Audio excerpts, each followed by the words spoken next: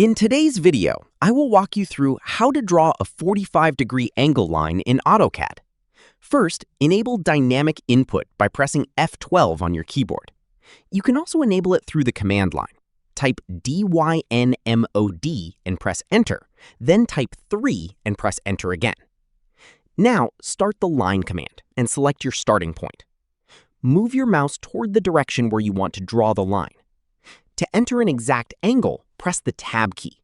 Type 45 for the angle, then press Tab again to confirm it. The 45-degree angle is now locked in place. You can then enter the desired length of the line or adjust the length using your mouse.